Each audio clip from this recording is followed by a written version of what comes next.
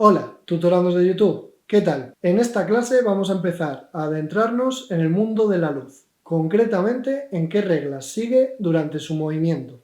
Y es que aunque desde la primera clase siempre os he insistido en que todos los cuerpos lo que intentan hacer es reducir al mínimo posible su energía potencial, no siempre se supo que este principio también funciona con la luz. Sí se conocía desde el siglo XVII, sin embargo, un principio que es igual de válido con ella.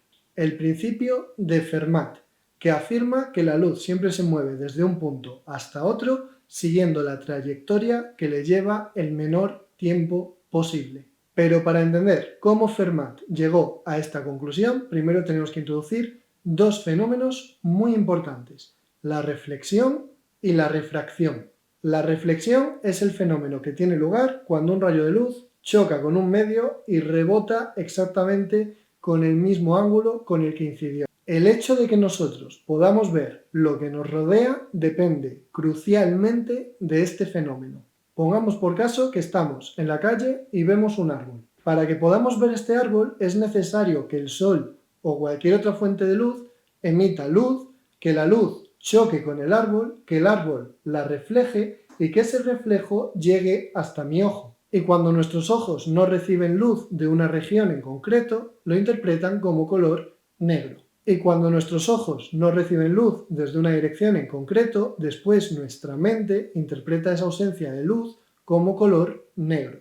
Y es por este motivo por el que de noche, sin ninguna fuente de luz externa, el mismo árbol lo podemos percibir de color negro o incluso no percibirlo en absoluto porque todo sea negro en general. Pero la reflexión no es un fenómeno que se quede solo aquí. También está, por ejemplo, detrás del funcionamiento de los espejos. Cuando estamos en nuestra habitación haciendo algo tan simple como mirarnos en el espejo, necesitamos por lo menos de dos procesos de reflexión. En primer lugar, la luz tiene que salir de la lámpara, chocar con nuestro cuerpo y reflejarse hacia el espejo. Y en segundo lugar, dicha luz reflejada por nuestro cuerpo tiene que volver a reflejarse en el espejo y volver de vuelta hacia nuestros ojos. Y como la luz se puede reflejar muchas veces, la cosa se puede complicar tanto como queramos. Y son famosos los sistemas de espejos artísticos basados en esta idea. Y con esto ya tenemos presentado a uno de nuestros dos protagonistas, la reflexión. Vamos ahora con la refracción, su hermana.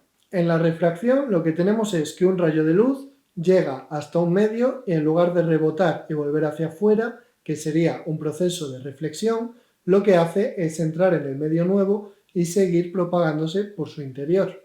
Pues bien, resulta que cuando la luz hace esto y pasa de un medio a otro, su dirección cambia. Y este fenómeno de refracción necesitaba ser explicado. Fermat se dio cuenta de que la magnitud de dicha desviación dependía de cuáles fuesen el primer medio, el medio original, y el segundo medio.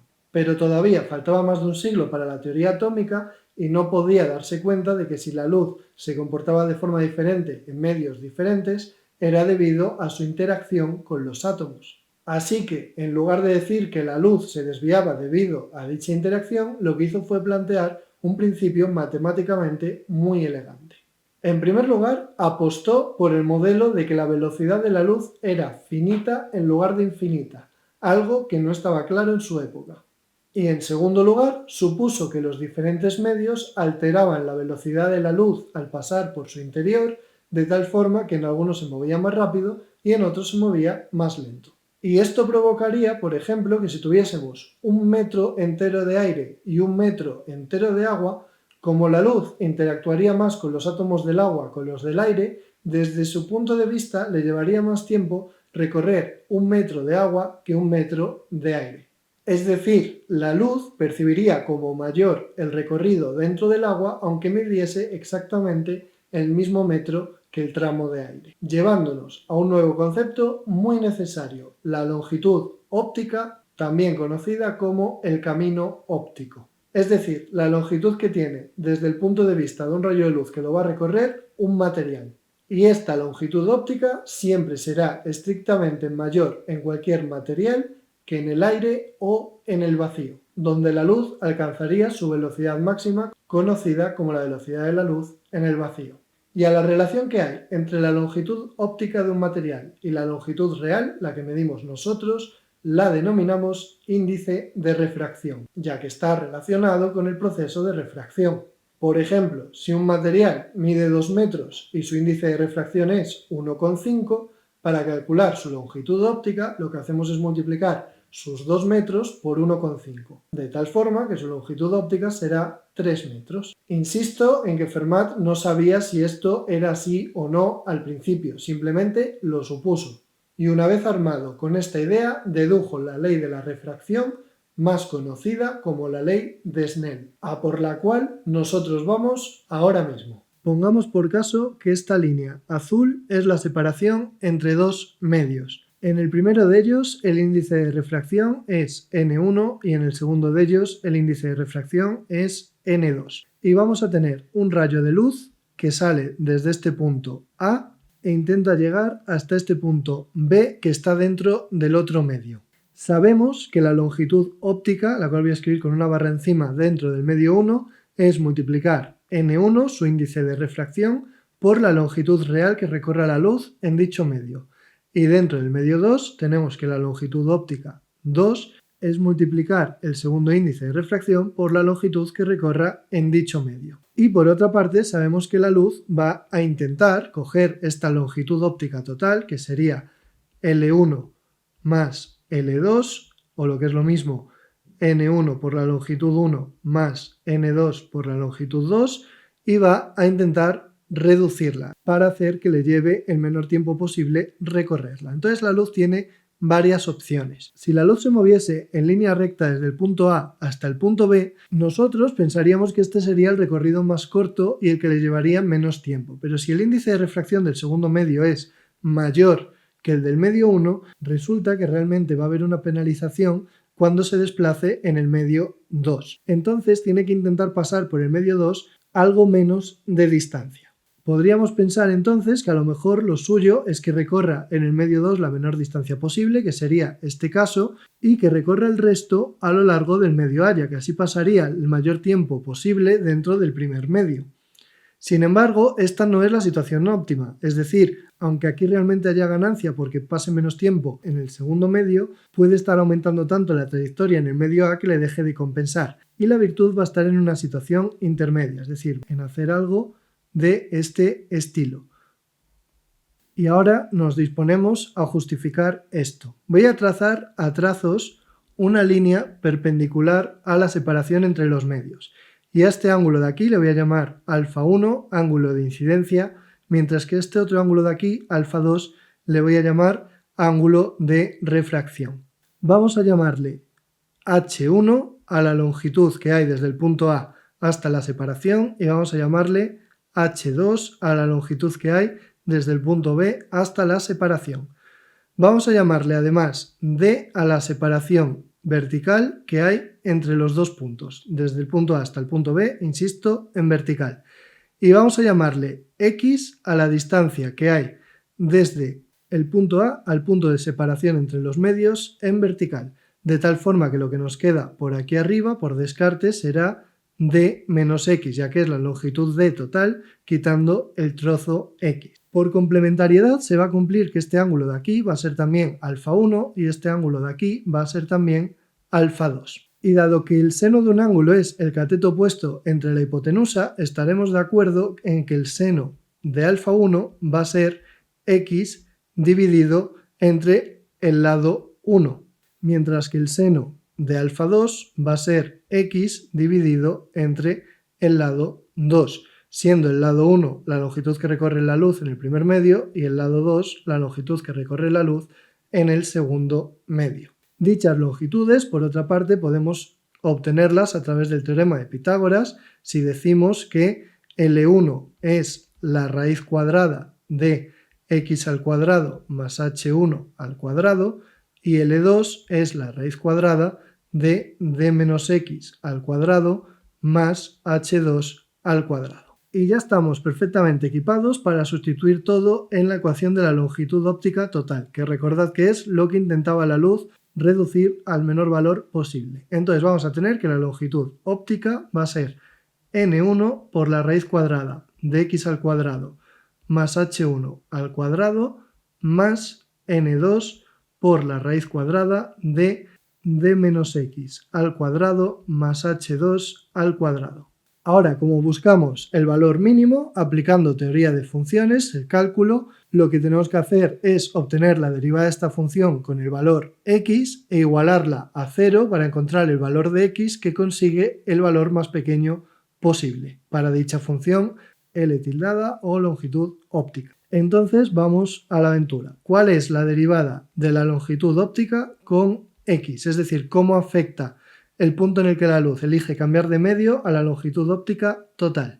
En el primer trozo tenemos n1 por una raíz, entonces vamos a dejarlo como n1, que es una constante, por la raíz que tenemos a la derecha. La derivada de una raíz podemos pensarla como una función del estilo f de x igual a la raíz de g de x, siendo g de x otra función, y por tanto g de x elevado a un medio. Es decir, f va a ser g elevado a un medio, siendo g x cuadrado más h1 al cuadrado. Y si ahora hacemos la derivada de esto, la derivada de f con x, por la regla de la cadena podemos hacer la derivada de f con g por la derivada de g con x. ¿Cuál es la derivada de f con g? Pues la derivada de f con g, este término de aquí, va a ser un medio de g elevado a un medio menos 1 por la regla de la potencia.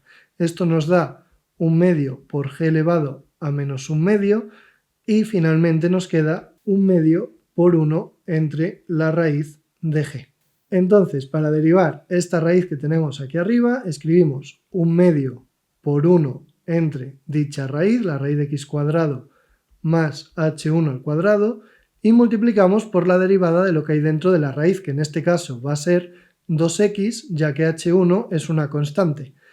Una vez que tenemos esto, se puede ver fácilmente que el 2 y el 2 se cancelan. Vamos con la segunda, vamos a tener n2, volvemos a hacer lo mismo, por un medio de 1 entre la raíz entera, que sería d menos x al cuadrado más h2 al cuadrado, y ahora nos quedaría multiplicar por la derivada de lo de dentro, que va a ser, de nuevo, ignorando h2 al cuadrado porque es una constante, 2 por d menos x, y por la regla de la cadena de nuevo, al derivar esto de aquí, nos sale un menos 1. Entonces hay que multiplicar también todo esto por menos 1.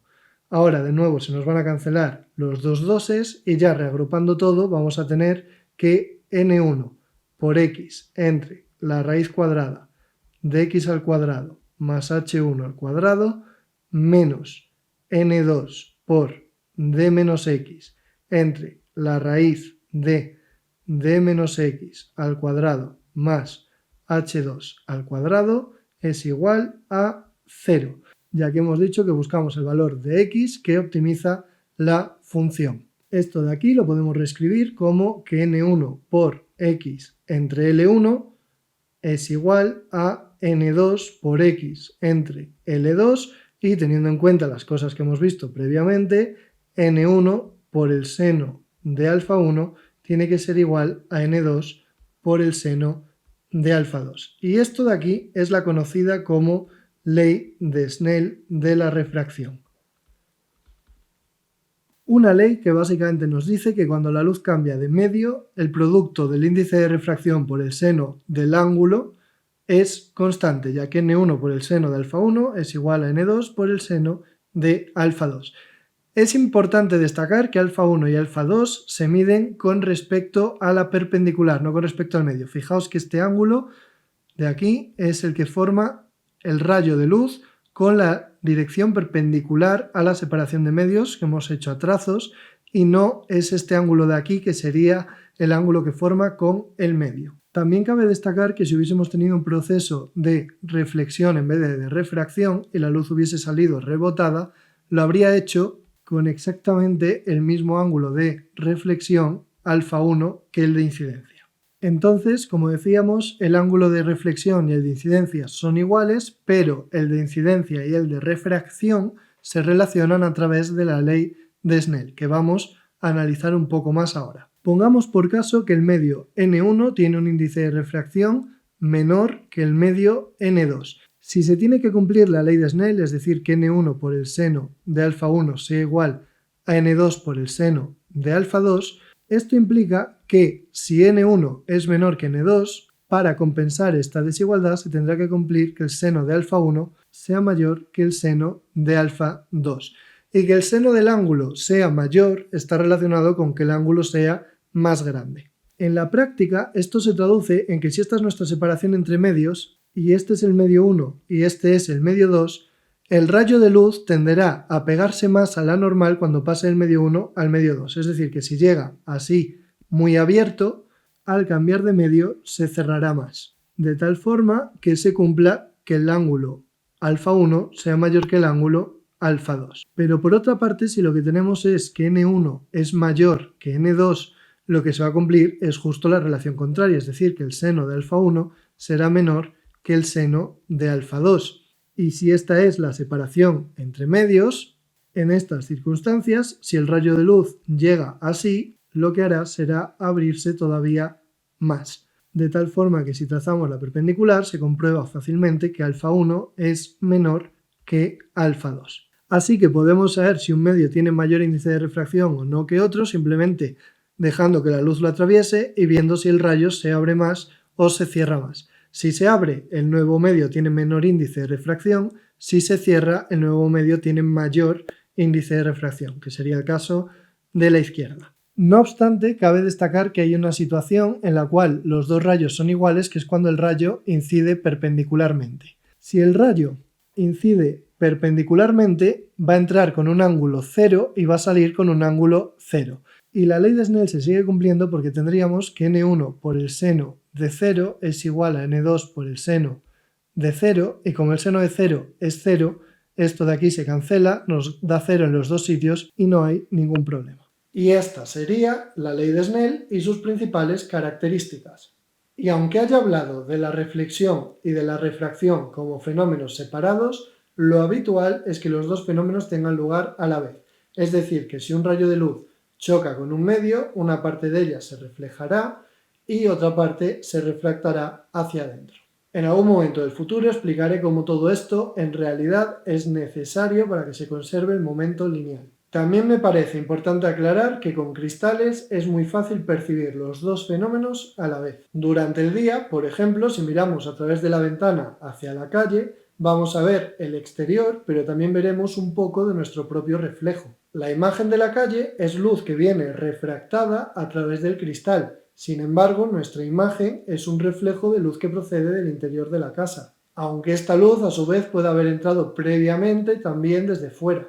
Sin embargo, si lo que hacemos es bajar la persiana detrás de la ventana y encendemos la luz, nuestra ventana automáticamente va a empezar a hacer de espejo, de tal forma que fundamentalmente veremos un reflejo de la habitación en la que estamos y con suerte veremos algo de luz refractada que nos transmita una imagen de la persiana que hay al otro lado. Y la diferencia entre estos dos comportamientos de un mismo cristal de ventana no depende del cristal, sino de la fuente de luz dominante. Si la mayoría de la luz viene de fuera, fundamentalmente veremos una imagen refractada del exterior. Pero si por el contrario la mayoría de la luz que le llega procede del interior de nuestra casa, lo que veremos será una imagen reflejada de dicho interior. Y hasta aquí todo por hoy. Debido a las vacaciones quería anunciaros que no habrá siguiente vídeo de esta sección hasta dentro de 2 semanas y después retomaré en septiembre. Sin embargo, la sección divulgativa de los martes seguirá salvo nuevo aviso. Espero que no suponga ningún trauma. Así que ya sabéis, nos vemos dentro de 2 lunes hablando de la refracción en separaciones curvas, algo que nos va a servir posteriormente para comprender el funcionamiento tanto de las lentes como de nuestros ojos.